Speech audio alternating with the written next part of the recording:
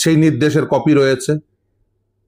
মহামান্য বিচারপতিরা বলেছেন যে তারা সেগুলো দেখেছেন, দেখার পরে প্রথমে বলেছিলেন 50%, তারপরে বলেছেন এই বারবার আকুতি মিনতির ফলে সেই 50%টাকে 25% করেছেন। অন্তর্বর্তীকালীন নির্দেশ দিয়েছেন যে 25% বকেয়া ডিএ সেটা মিটিয়ে দিতে হবে। ও যতই কাঁদুনি গান না কেন, যতই কান্নাকাটি করে বলুন না কেন যে 41,000 কোটি টাকা লাগবে, তাই ওই ব্যাক ব্রেকিং এফেক্ট হবে, রাজ্যের মেরুদণ্ড ভেঙে যাবে, ও কোমর ভেঙে যাবে, ও যাই বলুন না কেন DA all India consumer price ইন্ডেক্সের সঙ্গে সাজুজ্য রেখে দিতে হবে, সেটা রোপারুল 2009-এ বলা আছে। তার ম্যাথমেটিক্যাল রিপ্রেজেন্টেশন কি সেটা এর আগেই আমি আপনাদের দেখিয়েছিলাম, যে এই যে রোপা রুলসে বলা আছে যে ডেয়ারনেস অ্যালায়েন্সের কথা, তার পার্সেন্টেজ কি হবে, ওই লাইনটির ম্যাথমেটিক্যাল রিপ্রেজেন্টেশন হচ্ছে এটা। এই সিম্পল হিসাব, এই confederation of state government employees West Bengal and others versus state of West বেঙ্গলের মামলায় আমি সে প্রথম যখন এই মামলাটি WPST 45 অফ 2017 যখন মামলাটি চলে তখন করা এই ক্যালকুলেশন, যার ওই লাইনটি যে রুল 3-তে যে কথা বলা আছে যে AICPI অনুযায়ী দিতে হবে, সেই লাইনটির ম্যাথমেটিক্যাল রিপ্রেজেন্টেশন কি হবে সেটা সেই সময়ে করা।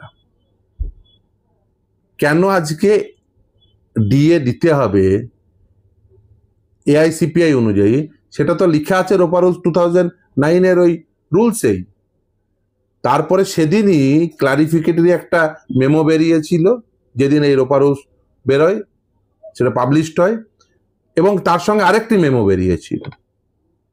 এই রোপা রুলসে ইটসেলফ বলা আছে এরিয়ার পেমেন্টের কথা, কোন সময় থেকে কোন সময়ের মধ্যে দেবে না, 2006 থেকে 2008 পর্যন্ত দেবে না। এবং আপনাদের জ্ঞাতার্থে জানাই, ইভেন 2008-এর পরে 2009 পর্যন্ত সেই সময়কালে ডিএ কত হবে তার নোটিফিকেশন দেওয়া আছে, এবং সেই নোটিফিকেশন অনুযায়ী ইভেন কর্মচারীদের এরিয়ার পেমেন্টও দিয়েছে।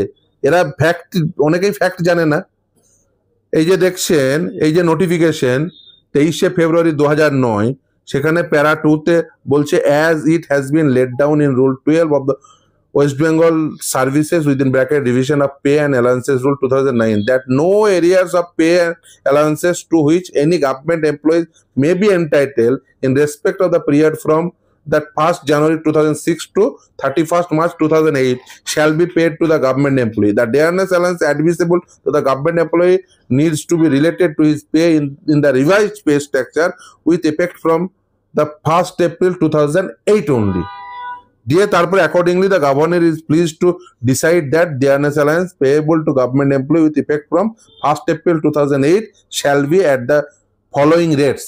দিয়ে 1/4/2008 থেকে 31/5/2008 পর্যন্ত 2%, 1/6/2008 থেকে 31/10/2008 পর্যন্ত 6%, 1/11/2008 থেকে 28/2/2009 পর্যন্ত 9%।